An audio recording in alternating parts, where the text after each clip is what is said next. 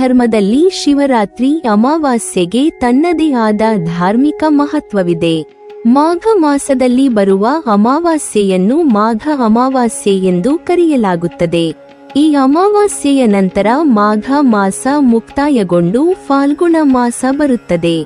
ಈ ದಿನ ಭಕ್ತರು ಗಂಗಾ ನದಿಯಲ್ಲಿ ಪುಣ್ಯ ಸ್ನಾನ ಮಾಡಲು, ಹವನ ಮತ್ತು ಯಜ್ಞಗಳನ್ನು ಮಾಡಲು ವಿವಿಧ ಧಾರ್ಮಿಕ ಸ್ಥಳಗಳಿಗೆ ಭೇಟಿ ನೀಡುತ್ತಾರೆ ಮತ್ತು ಈ ದಿನ ಪಿತೃಪೂಜೆ ಮತ್ತು ಪಿತೃತರ್ಪಣವನ್ನು ಮಾಡಲು ಮಂಗಳಕರವೆಂದು ಪರಿಗಣಿಸಲಾಗಿದೆ, ಏಕೆಂದರೆ ಅಮಾವಾಸ್ಯೆಯ ದಿನವು ಪೂರ್ವಜರನ್ನು ಪೂಜಿಸಲು ಮೀಸಲಾಗಿದೆ ಮತ್ತು ಜನರು ಪೂರ್ವಜರ ಆಶೀರ್ವಾದವನ್ನು ಪಡೆಯುತ್ತಾರೆ. ಅಮಾವಾಸ್ಯೆಯ ದಿನದಂದು ಜನರು ಶ್ರದ್ಧಾ ಆಚರಣೆಗಳನ್ನು ಮಾಡುತ್ತಾರೆ ಮತ್ತು ಆಹಾರ, ನೀರು ಮತ್ತು ಪ್ರಾರ್ಥನೆಗಳನ್ನು ನೀಡುವ ಮೂಲಕ ತಮ್ಮ ಮೃತ ಪೂರ್ವಜರಿಗೆ ಗೌರವ ಸಲ್ಲಿಸುತ್ತಾರೆ. ಆಧ್ಯಾತ್ಮಿಕ ಶುದ್ಧೀಕರಣಕ್ಕೆ ಇದು 1 ತಿಂಗಳ ಸಮಯ. ಗಂಗಾ ನದಿಯಲ್ಲಿ ಪವಿತ್ರ ಸ್ನಾನ ಮಾಡುವುದು ಅತ್ಯಂತ ಪುಣ್ಯವೆಂದು ಪರಿಗಣಿಸಲಾಗಿದೆ. ಜನರು ಧ್ಯಾನ, ಪ್ರಾರ್ಥನೆ ಮತ್ತು ಆಂತರಿಕ ಸ್ಪಷ್ಟತೆಯಲ್ಲಿ ತೊಡಗಿಸಿಕೊಳ್ಳಲು ಸಲಹೆ ನೀಡಲಾಗುತ್ತದೆ. ಜ್ಯೋತಿಷ್ಯ ಶಾಸ್ತ್ರದ ಪ್ರಕಾರ ಮಾಘ ಮಾಸದ ಕೃಷ್ಣ ಪಕ್ಷದ ಚತುರ್ದಶಿ ತಿಥಿಯಂದು ಚಂದ್ರನು ಸೂರ್ಯನಿಗೆ ಅತ್ಯಂತ ಸಮೀಪದಲ್ಲಿರುತ್ತಾನೆ. ಅದೇ ಸಮಯದಲ್ಲಿ ಶಿವನ ರೂಪದಲ್ಲಿ ಸೂರ್ಯನೊಂದಿಗೆ ಜೀವನದ ರೂಪದಲ್ಲಿ ಚಂದ್ರನ ಯೋಗದ ಸಂಯೋಗವಿರುತ್ತದೆ. ಆದ್ದರಿಂದ ಈ ಚತುರ್ದಶಿಯಂದು ಶಿವನನ್ನು ಪೂಜಿಸುವ ಸಂಪ್ರದಾಯವಿದೆ.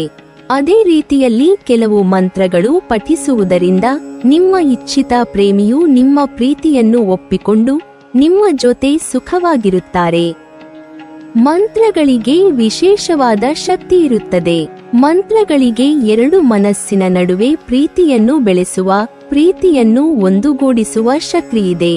ಪ್ರೀತಿಯನ್ನು ಪಡೆದುಕೊಳ್ಳುವುದಕ್ಕಾಗಿ, ಪ್ರೀತಿಸಿದವರನ್ನು ತಮ್ಮತ್ತ ಆಕರ್ಷಿಸುವುದಕ್ಕಾಗಿ, ಸುಖಮಯ ದಾಂಪತ್ಯಕ್ಕಾಗಿ ಶಿವರಾತ್ರಿ ಅಮಾವಾಸ್ಯೆ ಈ ಮಂತ್ರಗಳನ್ನು ಪಠಿಸಬೇಕು.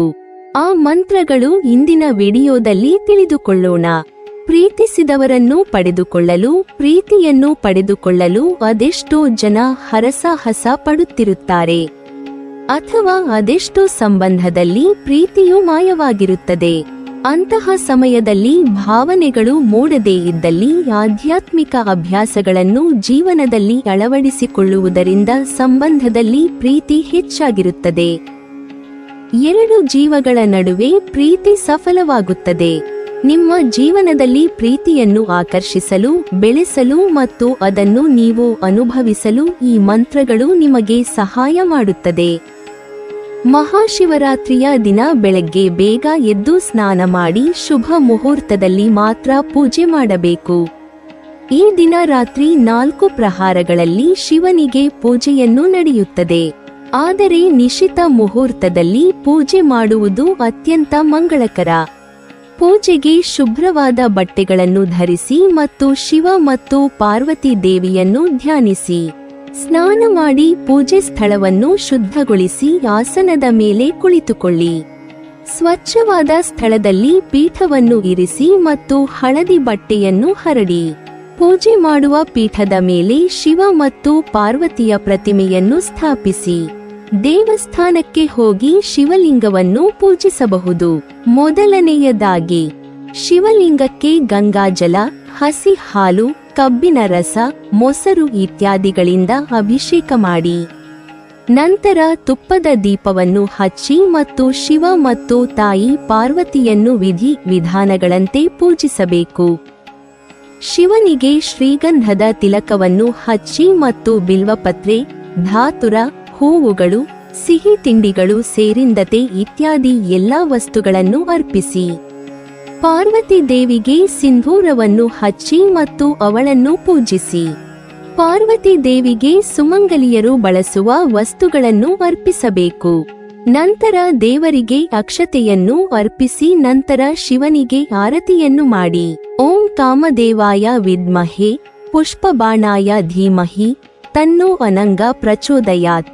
ಇದು ಕಾಮದೇವನಿಗೆ ಸಮರ್ಪಿತವಾದ ಮಂತ್ರವಾಗಿದ್ದು ಇದನ್ನು ವೈಯಕ್ತಿಕ ಆಕರ್ಷಣೆಯನ್ನು ಹೆಚ್ಚಿಸಲು ಮತ್ತು ಪ್ರೀತಿಯನ್ನು ಆಕರ್ಷಿಸಲು ಪಠಿಸಲಾಗುತ್ತದೆ. ಈ ಅದ್ಭುತ ಮಂತ್ರವನ್ನು ಪಠಿಸುವುದರಿಂದ ಹಲವಾರು ಆಧ್ಯಾತ್ಮಿಕ ಮತ್ತು ಮಾನಸಿಕ ಪ್ರಯೋಜನಗಳನ್ನು ಪಡೆಯಬಹುದು. ಇದು ನಾವು ಪ್ರೀತಿಸಿದವರು ನಮ್ಮತ್ತ ಆಕರ್ಷಿತರಾಗುವಂತೆ ಮಾಡುತ್ತದೆ. ಕಾಮದೇವನ ಈ ಮಂತ್ರವನ್ನು ಮುಂಜಾನೆ ಅಥವಾ ಸೂರ್ಯಾಸ್ತದ ನಂತರ ಶಾಂತ ಸ್ಥಳ ಹಾಗೂ ಮನಸ್ಸಿನಿಂದ ಜಪಮಾಲೆಯನ್ನು ಹಿಡಿದು 108 ಬಾರಿ ಪಠಿಸಬೇಕಾಗುತ್ತದೆ. ಓಂ ಹ್ರೀಂ ಶ್ರೀಂ ಕ್ಲೀಂ ಭುವನೇಶ್ವರ್ಯಾಯಿ ನಮಃ. ಇದು ಹಿಂದೂ ತಾಂತ್ರಿಕ ಪೂಜೆಯಲ್ಲಿ 10 ಮಹಾವಿದ್ಯಾಗಳಲ್ಲಿ ಒಂದಾದ ಭುವನೇಶ್ವರಿ ದೇವಿಗೆ ಅರ್ಪಿತವಾದ ಪವಿತ್ರ ಮಂತ್ರವಾಗಿದೆ. ಭುವನೇಶ್ವರಿ ದೇವಿಯನ್ನು ಬ್ರಹ್ಮಾಂಡದ ಸಾರ್ವಭೌಮ ರಾಣಿ ಎಂದು ಪೂಜಿಸಲಾಗುತ್ತದೆ. ಮನಸ್ಸು ಮತ್ತು ಹೃದಯವನ್ನು ಸಮನ್ವಯಗೊಳಿಸುವ ಮೂಲಕ ಭಾವನಾತ್ಮಕ ಸ್ಥಿರತೆ ಮತ್ತು ಶಾಂತಿಯನ್ನು ಸಾಧಿಸಲು ಸಹಾಯ ಮಾಡುತ್ತದೆ. ದೈವಿಕ ಸ್ತ್ರೀ ಶಕ್ತಿಯನ್ನು ಬಳಸಿಕೊಳ್ಳುವ ಮೂಲಕ ನಿಮ್ಮ ಪ್ರೀತಿ ಮತ್ತು ಆಸೆಗಳನ್ನು ವ್ಯಕ್ತಪಡಿಸಲು ಸಹಾಯ ಮಾಡುತ್ತದೆ. ಈ ಮಂತ್ರವನ್ನು ಮುಂಜಾನೆ ಮತ್ತು ಸಂಜೆ 108 ಬಾರಿ ಪಠಿಸುವುದು ಪರಿಣಾಮಕಾರಿಯಾಗಿದೆ. ದೇವಿಯ ಬಳಿ ನಿಮ್ಮ ಪ್ರೀತಿಯನ್ನು ಹೇಳಿಕೊಂಡು ಪಠಿಸಲು ಪ್ರಾರಂಭಿಸಿ. ಓಂ ಕ್ಲೀಂ ಕೃಷ್ಣಾಯ ನಮಃ. ಈ ಕೃಷ್ಣ ಮಂತ್ರವನ್ನು ಜಪಿಸುವುದರಿಂದ ವೈಯಕ್ತಿಕ ಸಂಬಂಧಗಳಲ್ಲಿ ಪ್ರೀತಿ ಮತ್ತು ಭಕ್ತಿಯ ಭಾವನೆಗಳು ವೃದ್ಧಿಯಾಗುತ್ತದೆ. ಸಕಾರಾತ್ಮಕ ಸಂಬಂಧಗಳನ್ನು ಆಕರ್ಷಿಸುವ ಮೂಲಕ ಭಾವನಾತ್ಮಕತೆಯನ್ನು ಒಂದುಗೂಡಿಸುತ್ತದೆ. ಈ ಮಂತ್ರವನ್ನು ಬ್ರಹ್ಮ ಮುಹೂರ್ತದ ವೇಳೆ ಶಾಂತವಾದ ಸ್ಥಳದಲ್ಲಿ ಕುಳಿತು ಪಠಿಸಬೇಕು. ಇದನ್ನು 108 ಮಣಿಗಳ ಮಾಲೆಯನ್ನು ಹಿಡಿದು ಪಠಿಸಬೇಕು. ಕಾತ್ಯಾಯನಿ, ಮಹಾಮಾಯೆ, ಮಹಾಯೋಗಿನ್ಯಾಧೀಶ್ವರಿ, ನಂದಗೋಪ್ಸುತಾಂ, ದೇವಿ ಪತಿಮ್ಮೆ, ಕುರುತೆ ನಮಃ. ಕಾತ್ಯಾಯನಿ ಮಂತ್ರವು ಹಿಂದೂ ಧರ್ಮದಲ್ಲಿ ದುರ್ಗಾ ದೇವಿಯ ಅತ್ಯಂತ ಪೂಜ್ಯ ರೂಪಗಳಲ್ಲಿ ಒಂದಾದ ಕಾತ್ಯಾಯನಿ ದೇವಿಗೆ ಸಮರ್ಪಿತವಾದ ಪ್ರಬಲ ಮಂತ್ರವಾಗಿದೆ. ಈ ಮಂತ್ರವು ಸದ್ಗುಣಶೀಲ ಮತ್ತು ಪ್ರೀತಿಯ ಪತಿಯನ್ನು ಪಡೆಯಲು ಮಹಿಳೆಯರು ಪಠಿಸುತ್ತಾರೆ. ಕಾತ್ಯಾಯಿನಿ ದೇವಿಗೆ ಸಮರ್ಪಿತವಾದ ಈ ಮಂತ್ರವು ವೈವಾಹಿಕ ಜೀವನದಲ್ಲಿ ಸಾಮರಸ್ಯ ಮತ್ತು ತೃಪ್ತಿಯನ್ನು ತರುತ್ತದೆ. ಸಂಬಂಧದಲ್ಲಿ ಸಾಮರಸ್ಯವನ್ನು ಹೆಚ್ಚಾಗಿಸುತ್ತದೆ. ಈ ಮಂತ್ರವನ್ನು ಯಾವುದೇ ಸಮಯದಲ್ಲಿ ಬೇಕಾದರೂ ಶಾಂತವಾದ ಸ್ಥಳದಲ್ಲಿ ಕುಳಿತು 108 ಬಾರಿ ಪಠಿಸಬಹುದು. ಓಂ ವಜ್ರಕಾರಣ ಶಿವಾಯ ವಜ್ರಕಾರಣ ಶಿವೇ ನಮಃ. ಈ ಮಂತ್ರವು ಶಿವ ಮತ್ತು ಪಾರ್ವತಿ ದೇವಿಗೆ ಅರ್ಪಿತವಾದ ಪ್ರಬಲವಾದ ಮಂತ್ರವಾಗಿದ್ದು, ಇದನ್ನು ಹಿಂದೂ ಧರ್ಮದಲ್ಲಿ ಪ್ರೀತಿಯ ಸಾಮರಸ್ಯಕ್ಕಾಗಿ ಮತ್ತು ವೈವಾಹಿಕ ಆನಂದಕ್ಕಾಗಿ ಪಠಿಸಲಾಗುತ್ತದೆ. ಈ ಮಂತ್ರವನ್ನು ಹೆಚ್ಚಾಗಿ ಪ್ರೀತಿಯನ್ನು ಆಕರ್ಷಿಸಲು ಮತ್ತು ಹೆಚ್ಚಿಸಲು, ಎರಡು ಮನಸ್ಸುಗಳ ನಡುವೆ ಬಲವಾದ ಬಂಧಗಳನ್ನು ಉತ್ತೇಜಿಸಲು ಪಠಿಸಲಾಗುತ್ತದೆ. ಇದು ಅವರ ಪ್ರೇಮ ಸಂಬಂಧಗಳಲ್ಲಿ ಸ್ಥಿರತೆ ಮತ್ತು ಸಾಮರಸ್ಯವನ್ನು ಬಯಸುವವರಿಗೆ ವಿಶೇಷವಾಗಿ ಪ್ರಯೋಜನಕಾರಿಯಾಗಿದೆ. ಮುಂಜಾನೆ ಮತ್ತು ಸೂರ್ಯಾಸ್ತದ ಸಮಯವನ್ನು ಮಂತ್ರ ಪಠಿಸುವುದಕ್ಕೆ ಉತ್ತಮ ಸಮಯವಾಗಿದೆ. ಈ ಮಂತ್ರವನ್ನು ಜಪಿಸುವುದಕ್ಕೂ ಮುನ್ನ ಸ್ನಾನ ಮಾಡಿ ಸ್ವಚ್ಛವಾದ ಬಟ್ಟೆಗಳನ್ನು ಧರಿಸಿ ಪೂರ್ವ ಅಥವಾ ಉತ್ತರಕ್ಕೆ ಮುಖ ಮಾಡಿ ಕುಳಿತು 1008 ಬಾರಿ ಪಠಿಸಬೇಕು. ನೀವಿನ್ನೂ ನಮ್ಮ ಚಾನೆಲ್ ಅನ್ನು ಸಬ್ಸ್ಕ್ರೈಬ್ ಮಾಡಿಲ್ವಾ?